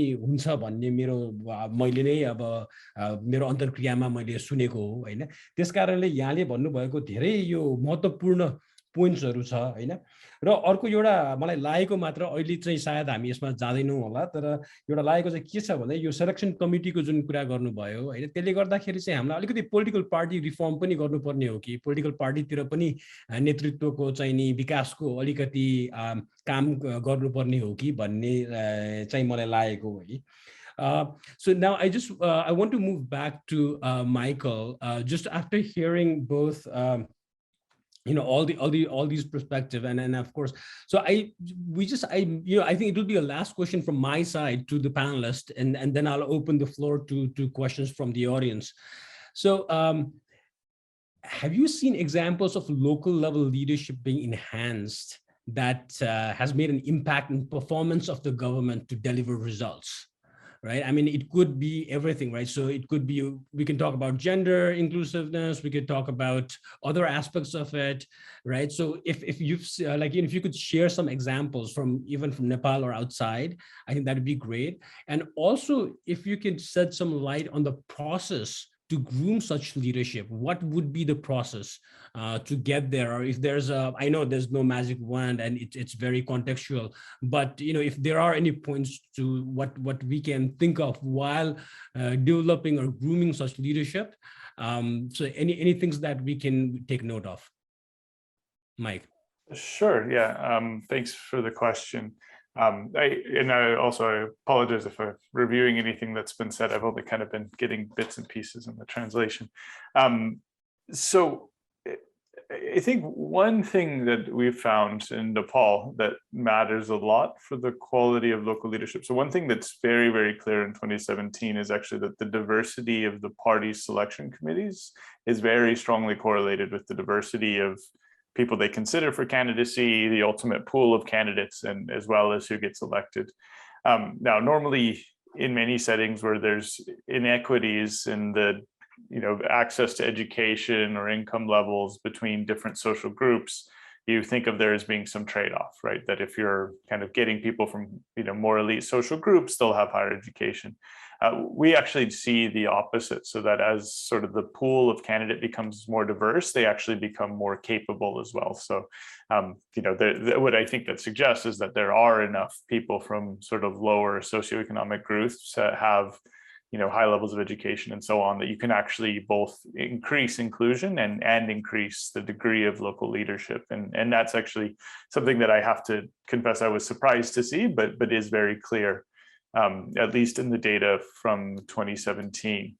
I think that anyway, I guess one thing I want to support is the points that Samina was making about, that there's sort of a lot of the representation we see is a bit numerical. Most of the women are really in quota seats. We see very few of them in open seats. And as one consequence of that means that many of them are Dalit, because there's of course a Dalit member seat. I think, everything in the data suggests to me that the real potential for unlocking skills and leadership at the local level just comes from, and this takes time, it's taken time everywhere and is an ongoing process, including in very developed countries, but is really sort of allowing the opportunity for the most capable person to contest for the job. And that of course requires also some changing in the views and opinions of voters as well. And that's something that's been shown to take time.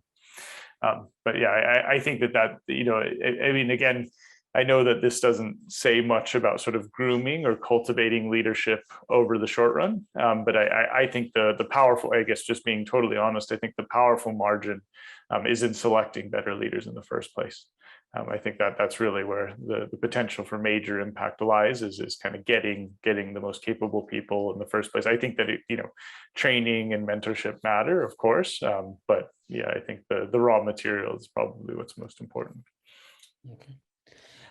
And just to kind of just put that, like, so, I mean, of course, like getting capable people is, is important, but what do you think? And of course, like, you did mention the party selection committees to kind of weed out, like, or to select the right kind of people.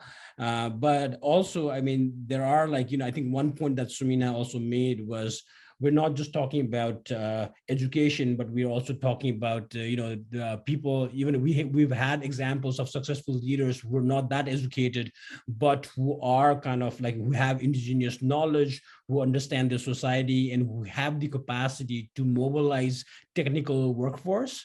But, is there a, I know it's a very difficult question, but when you're selecting like a good breed of our capable leaders, what do you think? Are there any more ingredients that you are, are attributes that one would be looking for, other than just education and other things? So what if there's anything else in your mind? Yeah, I mean, so I would say all of those are very important, and I agree completely. I also don't think that they necessarily represent trade-offs. I think that you can get people that both have better local knowledge and are more educated. So I don't know that those are always going to be in contradiction to each other, which I think there's sort of an impression that they have to be, and there's just, I don't think that that's necessarily the case. The one thing I would say from international research, both on who is effective in the private sector, who is effective among unelected bureaucrats. So beyond sort of intelligence and education is also just sort of this property of grit or conscientiousness. So this is something that social psychologists measure and believe is a fundamental attribute of our personalities, and that in both private labor markets and firms and also among bureaucrats is a consistent sort of predictor of performance that's as important as education. So just kind of determination and grit. So yeah, that's one attribute I would add to the list that seems to show up everywhere anybody checks. Well, that's great. Thank you, Mike. Now, I think we have about 15 minutes. अब 15 minute समय बाँकी छ. यो चाहिँ मैले अब we'll go to the audience and take their questions. हामीसँग अहिले पनि विभिन्न क्वेशन्सहरु आएको छ र धेरै जसो हाम्रो मेयर सर प्रति लक्षित छन् प्रश्नहरु. म एउटा लिन्छु अनि मेयर सर आन्सर गर्नु होला हैन. एउटाले भन्नुहुन्छ एउटा अब यो ह्युमन रिसोर्सेस हाम्रो केपेबल म्यान पावर त एउटा कुरा भयो हैन, र उहाँहरुको काम गर्ने एउटा क्यापासिटी हैन, कति सक्षम हुनुहुन्छ त्यो अर्को कुरा भयो. त्यसले गर्दाखेरि यो अहिले यहाँको विचारमा हाम्रो यो ब्युरोक्रेसीको, हाम्रो यो जुन प्रशासनमा काम गर्ने मानिसहरुको हैन, र त्यो चाहिँ नि क्यापासिटी हाम्रो यो स्पेशली यो सर्भिस डेलिभरी र डेभलपमेन्टको लागि चाहिँ कति छ जस्तो लाग्छ, र त्यहाँ पनि तपाईहरुलाई के ग्याप छ जस्तो लाग्छ कि लाग्दैन भनेर एउटा प्रश्न आएको छ. त्यसमा के बोल्नुहुन्छ? जहाँसम्म अहिले यहाँले राखेको प्रश्न चाहिँ अहिले हामीले जुन सेवा प्रवाह र यहाँको चाहिँ विकासको चाहिँ लागि अपेक्षाकृत जनशक्ति जुन अहिलेको चाहिँ लेटेस्ट चाहिँ तपाईको चाहिँ समयअनुसारको जनशक्ति छैन भन्ने चाहिँ मलाई लाग्छ. अहिले नयाँ नयाँ खालको टेक्नोलोजीहरु आविष्कार भएको छ, त्यसलाई रन गर्नुपर्ने चाहिँ हुन्छ र विगतमा लोकसेवा पास गरेर चाहिँ आएका चाहिँ जुन कर्मचारीहरु उहाँहरुको बाध्यकारी अवस्थामा उहाँहरुले हामीले सेवा गर्न चाहेर पनि त्यो सेवा गर्न सक्दैनौं, त्यसलाई स्वीकार गर्नुपर्ने भएको छ र उहाँहरुले जुन अवधिसम्म काम गर्नुहुन्छ अनि उहाँहरुलाई चाहिँ आन्तरिक चाहिँ व्यवस्थापन चाहिँ गरेर कति दक्ष बनाउन सक्छौं त्यही नै हो. तर भित्र मान्छे हामीले अपेक्षा गरेर पनि उसको जति क्यापेसिटी छ त्यही अनुसारको चाहिँ मात्रै उले त्यो आउटपुट दिने भएको हुनाले अपेक्षा धेरै गर्न पनि सकिदैन. तपाईको हुनाले युग सुहाउँदो जनशक्ति अथवा तिलोत्तमा नगरपालिकालाई चाहिने खालको जनशक्तिको पुरापुर व्यवस्थापन गर्न अहिले सकिएको छैन. ओके. यस्तै अब अर्को ठिकै छ, यो एडमिट गर्नुभयो, फेरि अब यसलाई कसरी गर्ने भन्ने कुरा आउँछ, त्यहाँतिर नजाउँ हैन. अब यो त्यसमा अब फेरि यो स्थानीय तहको हात पनि हुँदैन, माथिबाट ल्याइसकेको कर्मचारीहरु आफ्नो अधीनमा आउँदाखेरि हैन. र अरु दुईटा पनि प्रश्न छन्, त्यो म फेरि सबै प्रश्न तपाईलाई नै सोधिएको छ मेयरजी. सो त्यही भएर म चाहिँ एउटा गर्छु है.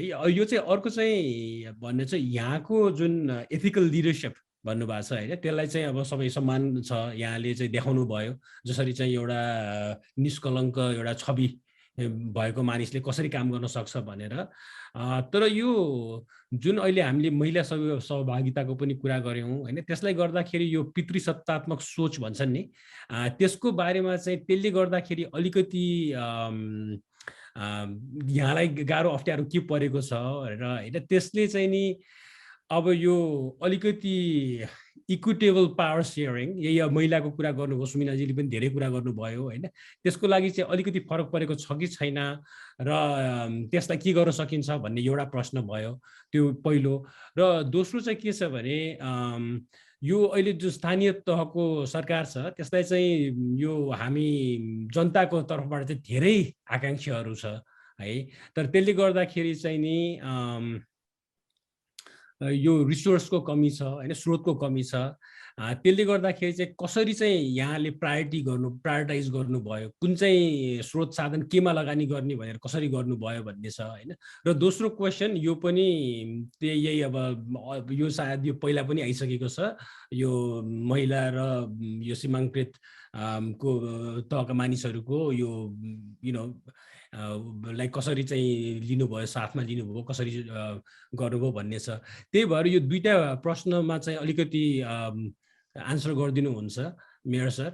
यो पहिलो चाहिँ नि यो पितृसत्तात्मक सोचले गर्दाखेरि यो लिडरशिप एक्सरसाइज गर्न गाह्रो भयो कि भएन, दोस्रो चाहिँ नि कसरी यो आफ्नो स्रोतहरूलाई चाहिँ केमा लगानी गर्ने भनेर प्रायोरिटाइज कसरी गर्नुभयो.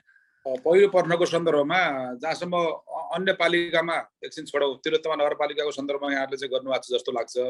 हाम्रो सन्दर्भमा हामी त्यहाँ महिला सहभागिताको जुन सवाल छ त्यसलाई चाहिँ निर्देश गर्ने चाहिँ दौरानमा हामी पुरुष भएको कारणले गर्दाखेरि अथवा महिलाहरू चाहिँ हिजो हेपेका छन्, फेरि हेप्नुपर्छ भन्ने खालको चाहिँ वातावरण नगरपालिकामा पनि देखिएन, वार्ड कार्यालयमा पनि देखिएन र अरू विभिन्न चाहिँ अभियानका कुराहरू चाहिँ देखेका चाहिँ छैनन्, जसको कारणले गर्दाखेरि त्यो अनुभूति चाहिँ भएन। अर्कोतिर अघि पनि एउटा प्रश्न उठेको थियो कि महिलाको पहुँच बढाउनको लागि अथवा कस्तो खालको महिलालाई टिकट दिने अथवा कति सङ्ख्यामा दिने भन्ने सन्दर्भमा निगरानी गर्ने त पार्टीगत रूपमा आफ्ना कमिटी प्रणालीले गर्छ, विभिन्न कमिटीले गर्छन्। त्यसमा कमिटीमै महिलाको सहभागिता नभएपछि त उनको सहभागिता कम हुने हो भन्ने चाहिँ कुरा छ। जहाँसम्म म नेकपा एमालेको तर्फबाट निर्वाचित भएको जनप्रतिनिधि हिजोको भएको हुनाले हाम्रो पार्टीले सम्भवतः यो पहिलो चाहिँ प्रयास चाहिँ गरेको छ, अभ्यास थालेको छ। 33% चाहिँ महिला सहभागिता तल्लो टोल कमिटीदेखि लिँदै वार्ड कमिटी र यहाँका चाहिँ क्षेत्रीय नगर कमिटीहरू, जिल्ला कमिटी र प्रदेश र केन्द्रीय कमिटीसम्मको सहभागिता न्यूनतम 33% चाहिँ 1 वर्ष पहिला त्यसलाई व्यवस्थापन गरेर त्यसलाई कार्यान्वयन गरिसकेको हुनाले त्यो अवस्था हिजोको जस्तो रहेन, यो अब सुधार उन्मुख रहेको चाहिँ छ। जहाँसम्म अब जुन महिलाहरू हेपेका छन् अनि फेरि पनि त्यो अवस्था हुन्छ कि भन्ने सन्दर्भ हो। पुरुषले भन्दा पनि अब त फेरि अब हिजो एक खालको चाहिँ वातावरण कता कता महिलाहरूमा हिजो हामी यस्तै थियौँ, अब हाम्रो जिन्दगी यस्तै रहेछ अनि हाम्रो चाहिँ भाग्यमा यस्तै लेखेको रहेछ भन्ने खालको प्रवृत्ति नि कता कता चाहिँ छ।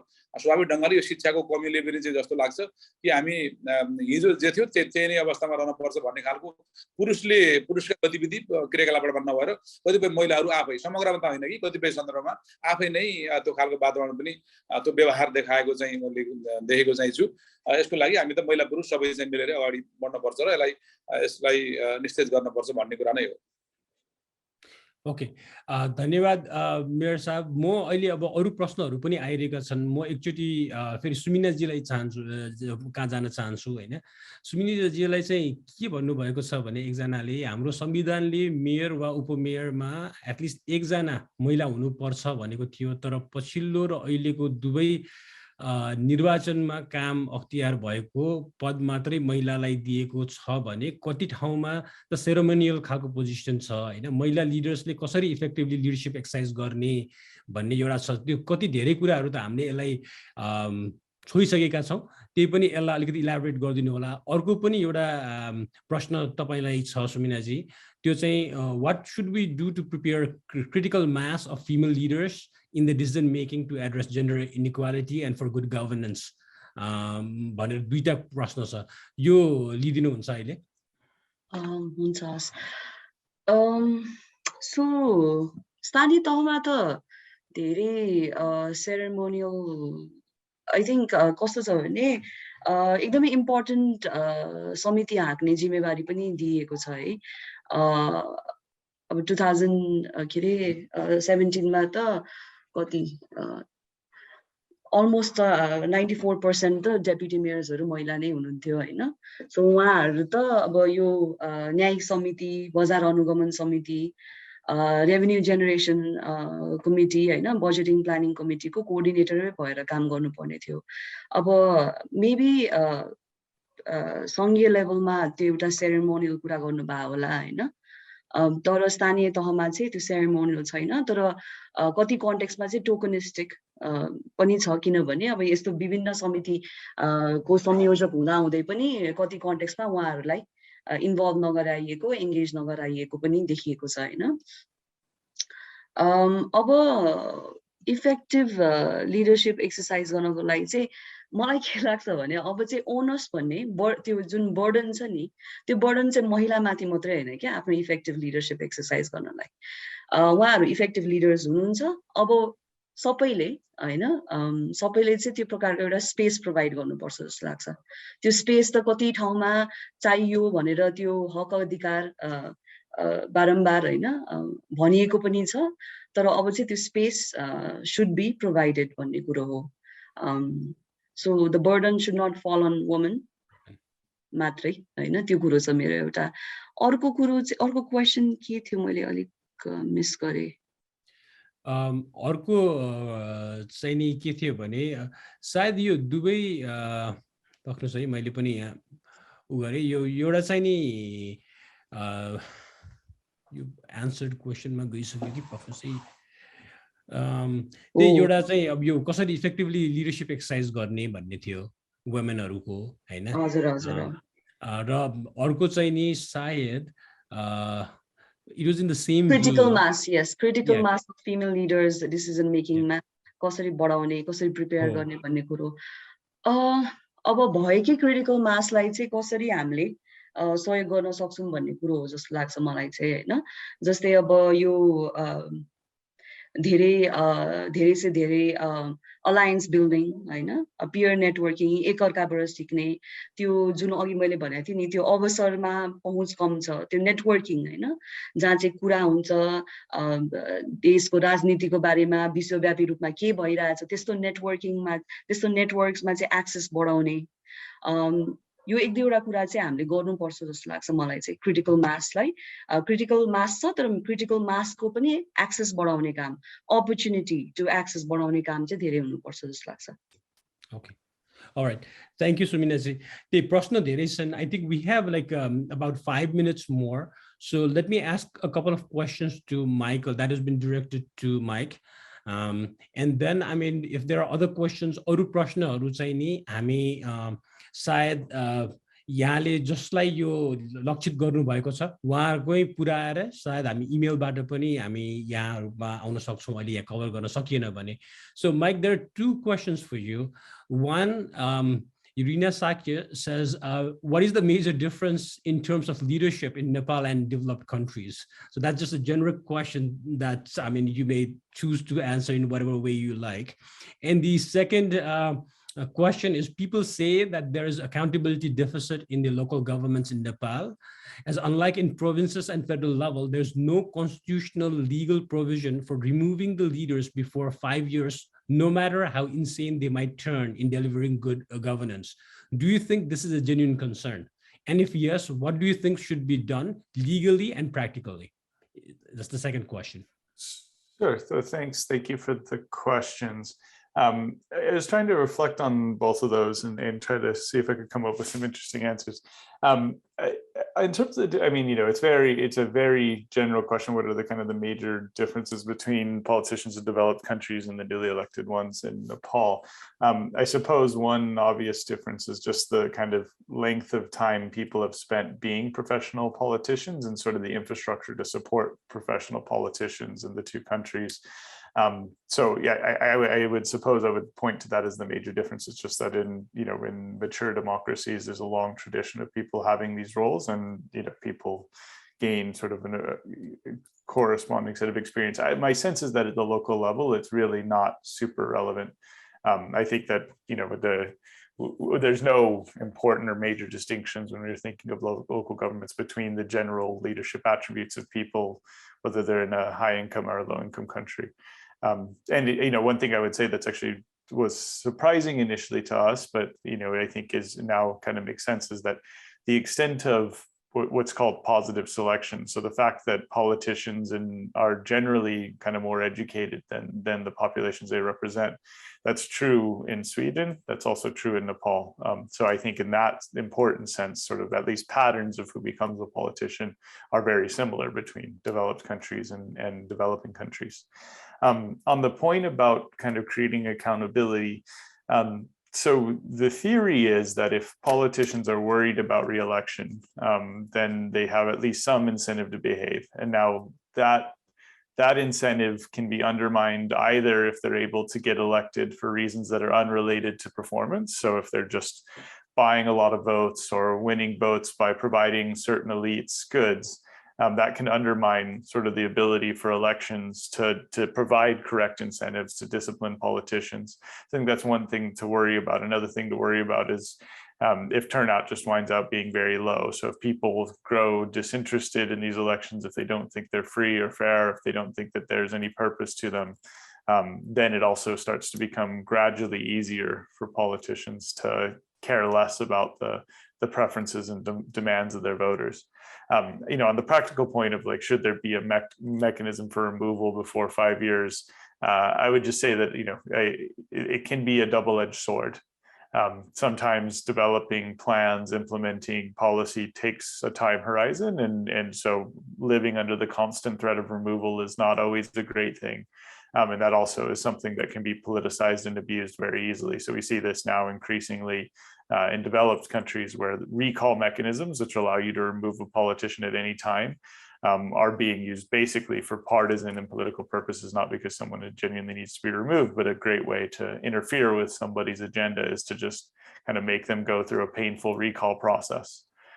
So I it's not ex ante, it's not totally clear to me that these removal mechanisms necessarily make things better. They may, but I'm not sure. Okay, thank you, Mike. With that, we're almost out of time. हामी करिब एकदमै हाम्रो समयको अन्तिम क्षणसम्म पुगिरहेका छौँ। अहिले पनि 2-4 प्रश्नहरू बाँकी छन् जुन हामीले अहिले यहाँ पेश गर्न पाएनौँ। उहाँहरूको लागि सायद धेरै जसो प्रश्न हाम्रो मेयर साहब प्रति लक्षित थिए, सो उहाँहरूले यो लिखित रूपमा मेयर साहबसँग त्यसको जवाफ लिएर हामी तपाईहरुलाई रिस्पोन्ड गर्नेछौँ। I want to thank all the panelists. Thank you, Mike. सुमिनाजी धन्यवाद, मेयर साहब धेरै धेरै धन्यवाद यहाँहरुको टाइमको लागि। र यही अब यो अन्तिम प्रश्न सोधिसक्यौं, सबै राम्रो डिस्कसन भयो। सायद यो सिरिजको लागि यो पहिलो सुरुवात थियो र पछि पनि यसै गरी हामी यो डायलग सिरिज गर्ने प्रतिबद्धता जनाउँदै म अहिलेको आजको छलफल कार्यक्रम म यही क्लोज गर्छु। Syed, I give the mic to Selina for any last words. Thank you. We are almost at the end of the event, and as a young female leading the project, it has been a great platform for me to learn the leadership skills from experienced leaders and actually apply it on my personal professional life. On that note, thank you all for joining and staying with us the whole time. Special thanks to panelists, moderators, and the interpreters, as well as our government partners, Tilottama Municipal and 𝐍𝐞𝐩𝐚𝐥 municipalities. The entire Leadership for Economic Governance program wouldn't have been possible without the support from our funding partners, US Embassy in Nepal and Lang Center for Civic and Social Responsibility at Swarthmore College. I'd also like to take this opportunity to thank all the facilitators, experts who have been involved in the past, media and organizations that have been a part of our Abhiyan, Daitwo, Nepal Rising, Nepal Leadership Academy, and Governance Lab. Have a great time, everyone. Hoping to see you all again in our next event. Bye. Dhanyavad.